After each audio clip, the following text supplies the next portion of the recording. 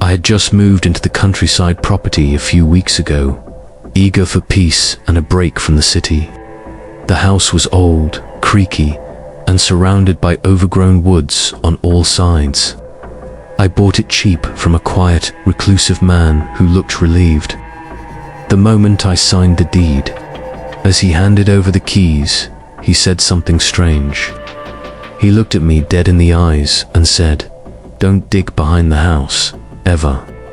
I chuckled awkwardly, thinking it was an old man's way of holding on to some hidden treasure, or maybe just a joke. But the look in his eyes wasn't playful, was tired and hollow, like someone who had seen too much and couldn't forget it. Days passed. I explored the inside of the house, cleared out cobwebs, cleaned off layers of dust from forgotten shelves. The backyard was a mess of thick vines, leaning trees, and piles of dirt that looked like they'd been there for decades. One particular mound caught my attention. It was shaped unnaturally perfect, as though someone had taken the time to pack it just right. I remembered the man's warning, but it echoed in my head more like a dare than a warning. "Don't dig." I resisted for a while, but the temptation grew. I wanted to know what could possibly be buried that needed such a warning. Late one afternoon, with the sun falling low, I took a shovel and made my way to the back. Each shovel of dirt felt heavier than the last, as though the ground itself was protesting. After about 20 minutes, the sound changed, no longer the thud of dirt, but a dull, hollow knock.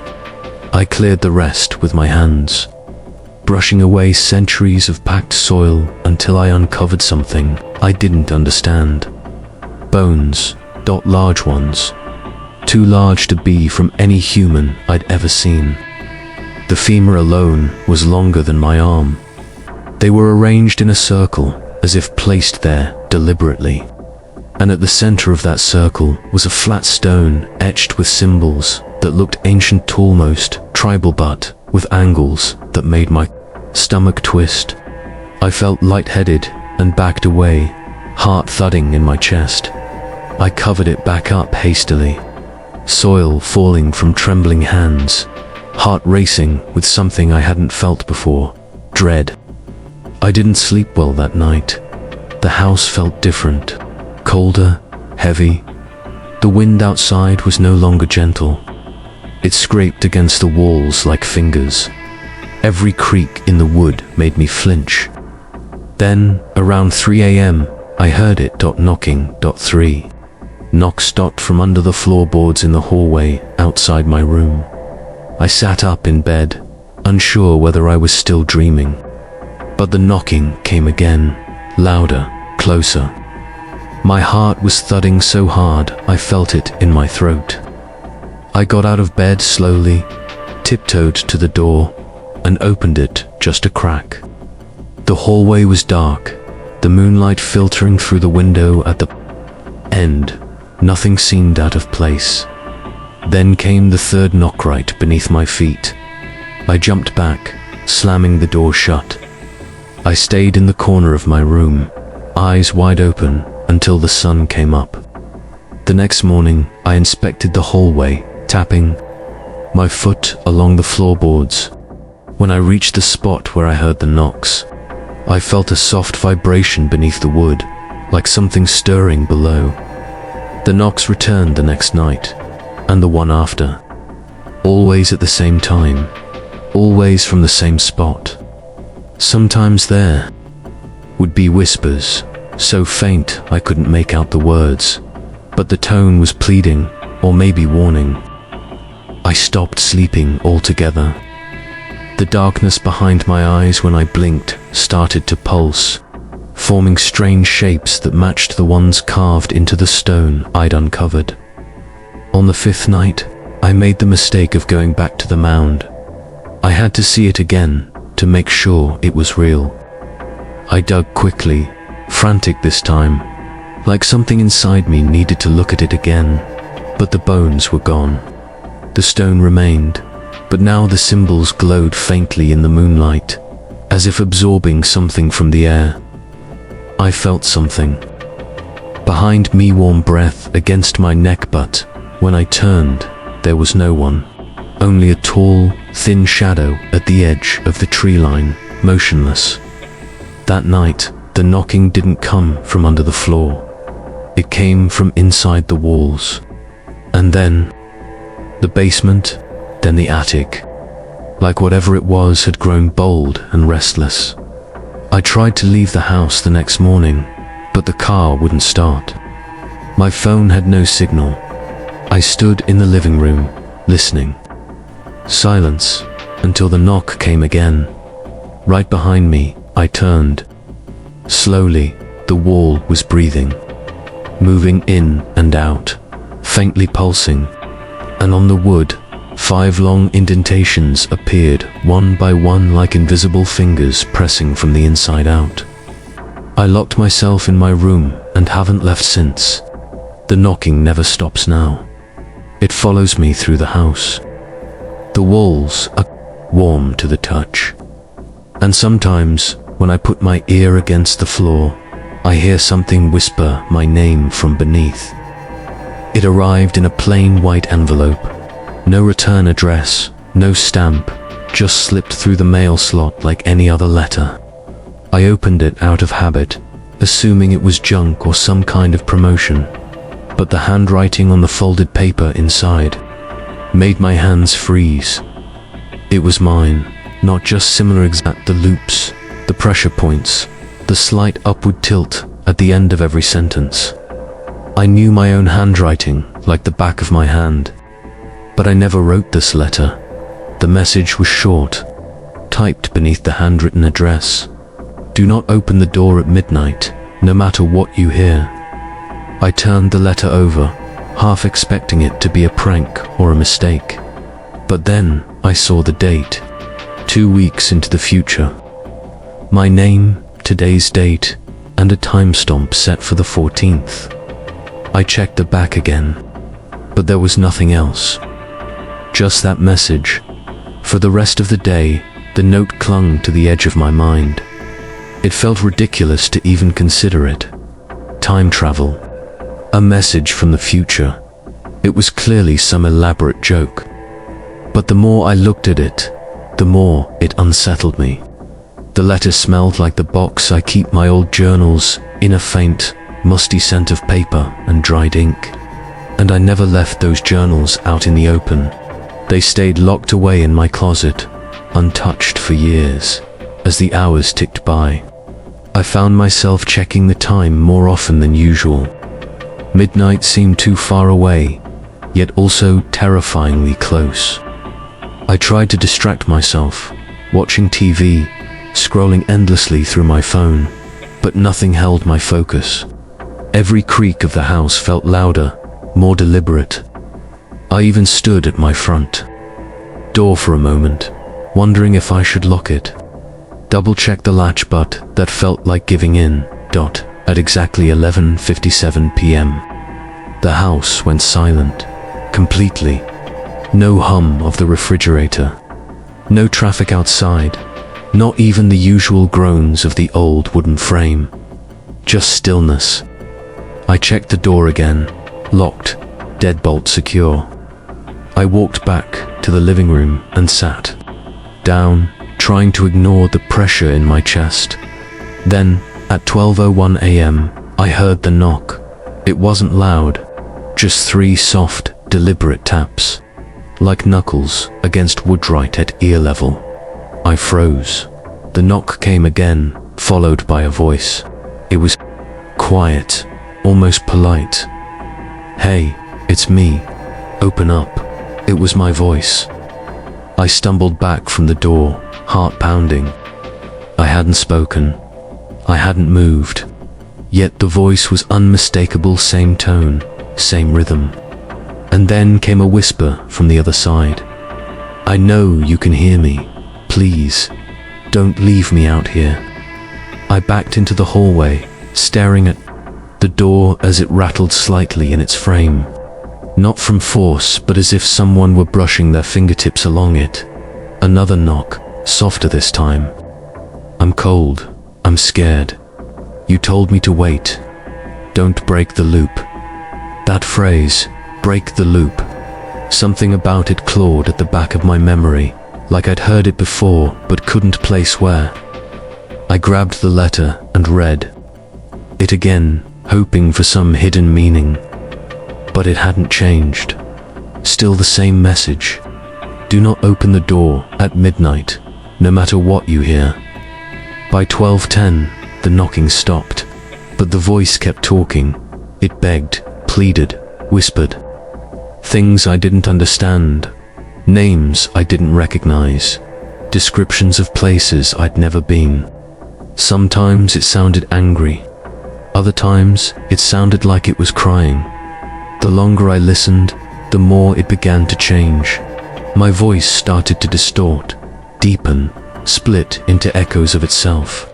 And then, at exactly 12:29 a.m., silence returned.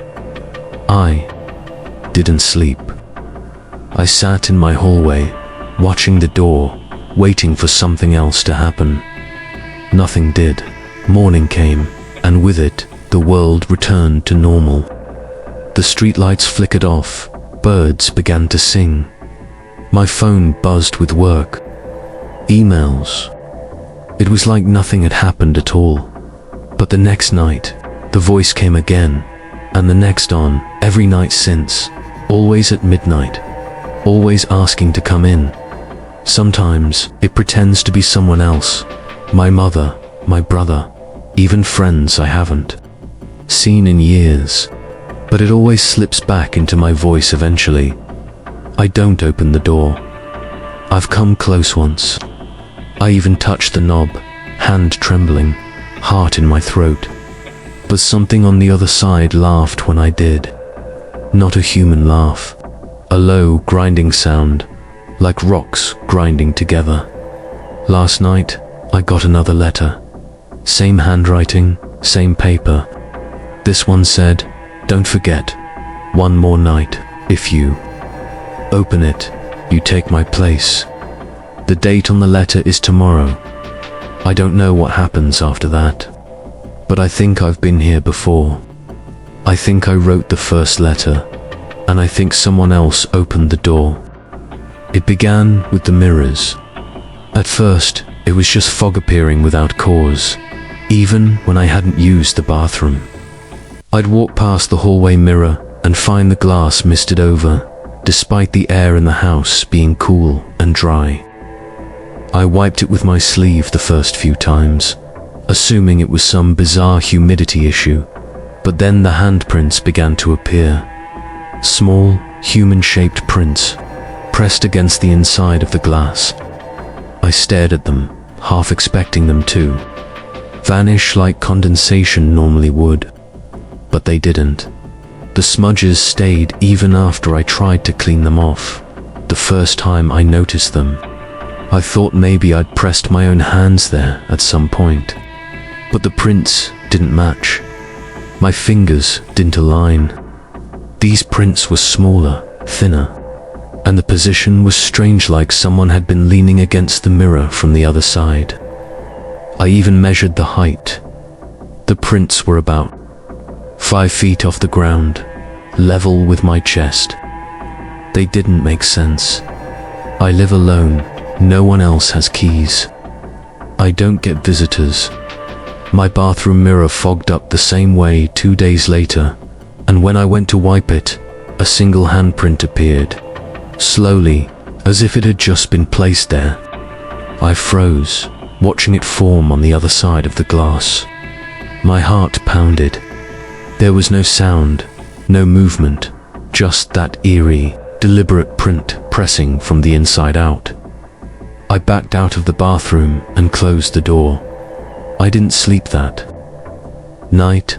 I sat on my couch with the hallway lights on, glancing toward the mirror every so often. Nothing happened for the rest of the night. The next morning, the mirror was clean. No fog, no prints. As if it had never happened. I began to question myself. Maybe I was hallucinating. Maybe I was under too much stress. I started recording myself as I moved through the apartment. I set up my phone to capture the mirrors every night before bed. For 2 nights, nothing appeared. No fog, no prints. But on the 3rd night, I reviewed the footage and saw something that made my stomach drop at exactly 3:14 a.m. The mirror in the hallway began to fog over slowly. I wasn't in frame. The apartment was completely still.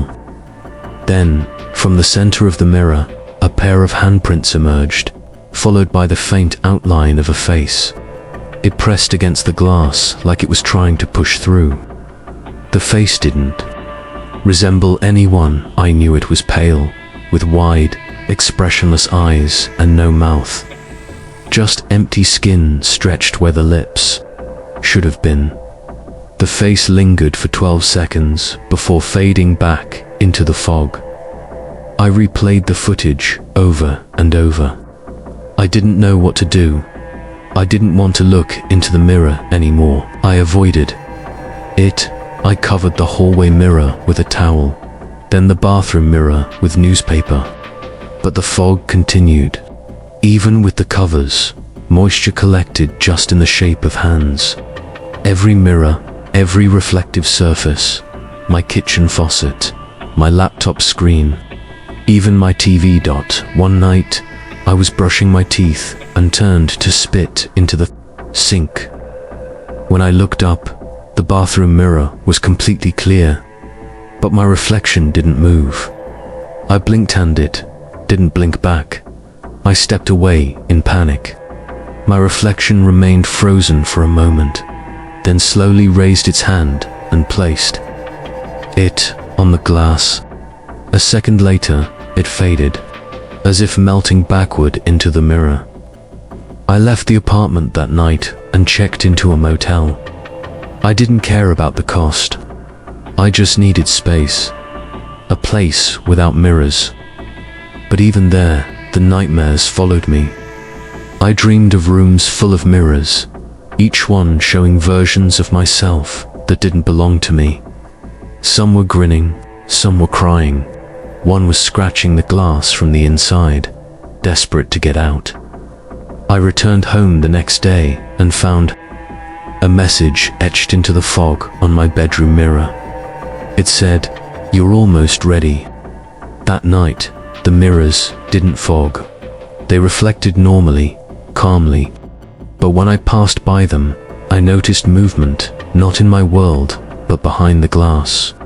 A flicker of someone walking behind me, even though I was alone. I turned quickly, but nothing was there. I'm starting to feel watched, even when there are no mirrors around. The presence has grown stronger. Sometimes I hear breathing behind me. Sometimes I catch glimpses of my reflection grinning when I'm not. This morning, I woke up to find all the mirror coverings removed. The towel on the hallway floor, the newspaper crumpled at the base of the sink. Each mirror now shows something slightly wrong, a tilt to the head, a delay in my movements, pupils that don't dilate. One reflection, just one, isn't me at all. It stands there staring, and when I turn away, it smiles. It started out innocently, as most unsettling things do. My daughter Emily had always been imaginative, the kind of child who held long conversations with dolls, invented magical lands, and described invisible creatures in great detail. I never thought much of it. Kids create worlds to feel safe, to explore. When she told me about her new imaginary friend named Eli, I smiled and played along. She said Eli was quiet, didn't like loud noises, and only came out when it was dark. Again, nothing seemed off until she said Eli lived in the basement. We rarely used the basement. It was cold, damp, and filled with boxes from our last move that I hadn't gotten around to unpacking. Still, I thought maybe she'd been playing down there once and let her imagination run wild. But she insisted Eli only came up from the basement when I wasn't around. She said he didn't like adults, especially me. I laughed it off until one night when she came into my room crying, saying Eli told her I was trying to hurt him and that I should leave this house like the last one did. I paused. The last one.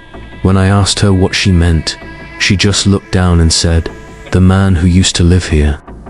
Eli said he made too much noise. My skin prickled. I'd bought the house from an estate sale and hadn't asked too many questions. It was old, and the price was low enough for me to ignore the history. I told myself not to overreact, but a part of me couldn't shake the discomfort. I asked Emily not to play in the basement anymore, and for a few days, everything seemed normal. Then things changed. I started hearing footsteps at night. Not the kind you mistake for pipes or creaking wood reel. Deliberate footsteps coming up from the basement. The first time it happened, I grabbed a bat and tiptoed down the stairs. The basement was dark and silent.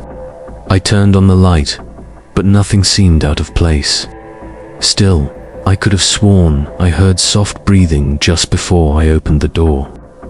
The next day, I found Emily talking softly at the vent that connected the living room to the basement. I asked her what she was doing, and she said, "Eli says you shouldn't have gone down there." Her voice was flat, expression blank. That night, all the lights in the house flickered for a solid minute before dying. When they came back, Emily's bedroom door was wide open, even though I had just closed it moments earlier. Things escalated quickly after that. I began waking up at exactly 3:03 a.m. every night. No alarm, no noise, just a jolt of awareness like someone had screamed in my ear. One night, I woke up and saw Emily standing at the foot of my bed, eyes open but vacant. I called her name and she slowly turned to me and said, "Eli says you're not supposed to be here." I held her until she fell back asleep, but her body felt cold, like she'd been standing in a refrigerator. I decided it was time to learn more about the house. I went to the county records office, combed through property files, and found something that made my heart sink. The previous owner, a man named Thomas Hale, had lived alone and was found dead in the basement. He'd been missing for weeks before a neighbor noticed the smell. The report said he died from self-inflicted injuries, but the coroner's notes were vague and full of inconsistencies. The thing that stood out most, in the margins of the file, someone had scrawled, "Found kneeling in front of the furnace. Eyes burned out." I returned home, shaken, trying to convince myself there was a rational explanation. But that night, as I passed by the basement door, I heard voices. Two of them. One was Emily's. The other sounded like me. I opened the door slowly. Nothing but darkness. I didn't sleep. The next morning, Emily wouldn't come out of her room. When I finally got her to open the door, she looked exhausted, eyes rimmed with dark circles. "Eli says you're going to leave soon," she whispered. I asked her what she meant. She just said, "You'll see." That same day, I found a drawing under her bed. Crude crayon sketches, but unmistakable. A man kneeling in front of a dark shape, eyes gone. Behind him, a child holding hands with something tall and featureless, labeled in shaky letters, Eli. I haven't let Emily sleep alone since. Every night now, the basement groans, the vents breathe. I hear whispers beneath the floorboards. And sometimes, when I pass by the mirror, I don't see my reflection right away. I see hers, and behind her, Eli. The dream was always the same. I would wake up in a room I didn't recognize, windowless, doorless, a square of cold stone with damp walls and a flickering overhead light.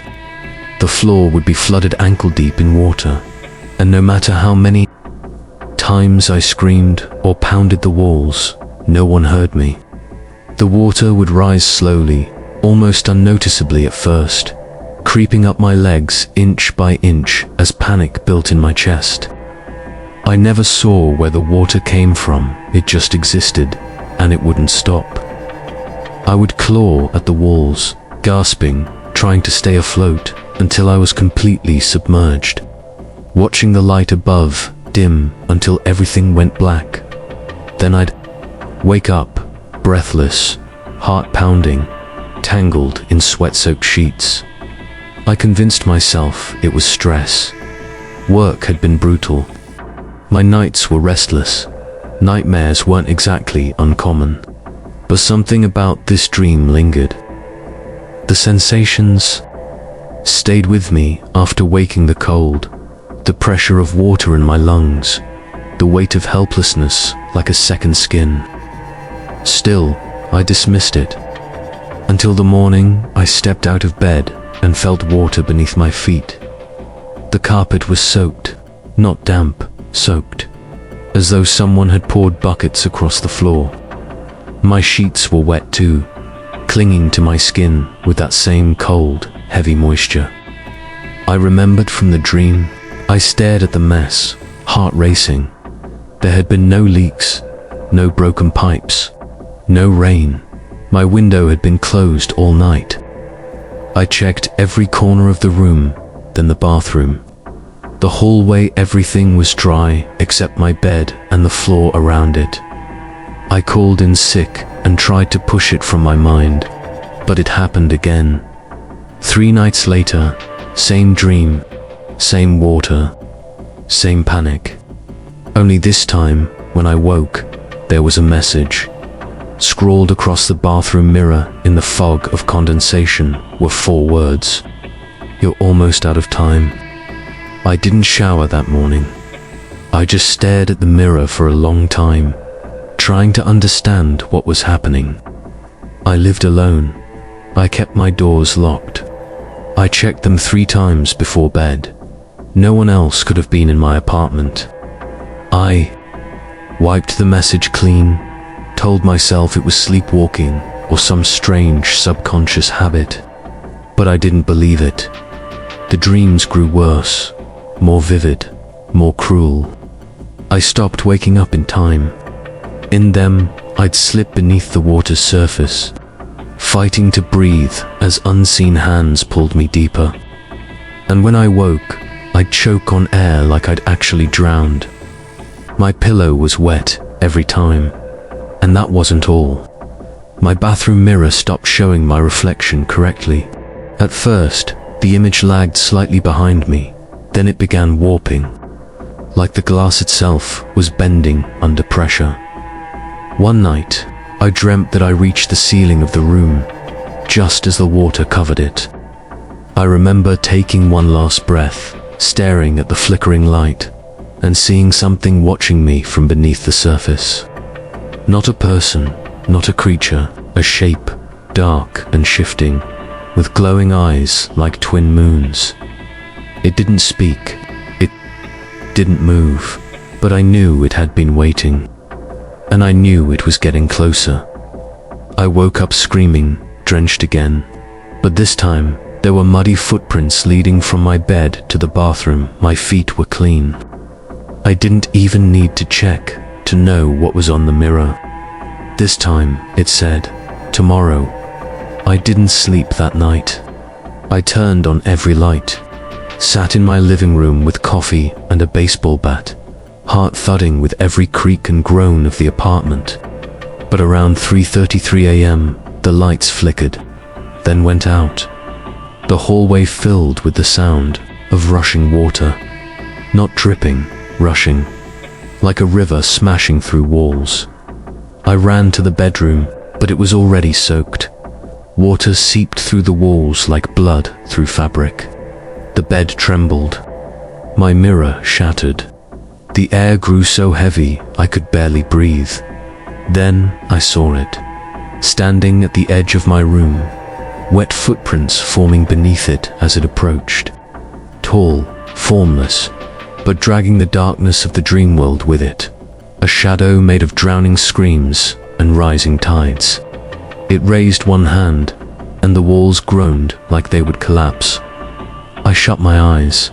When I opened them, it was morning. The room was dry, but the message had changed, etched into the wooden headboard of my bed. Rough and permanent were the words, "Last chance tonight." I haven't slept since. I don't know what happens if I do, but I feel it waiting just outside my vision, where the walls breathe and the shadows ripple like waves. The room feels colder. My reflection doesn't always match my movement, and when I close my eyes for too long, I hear the water again, rising.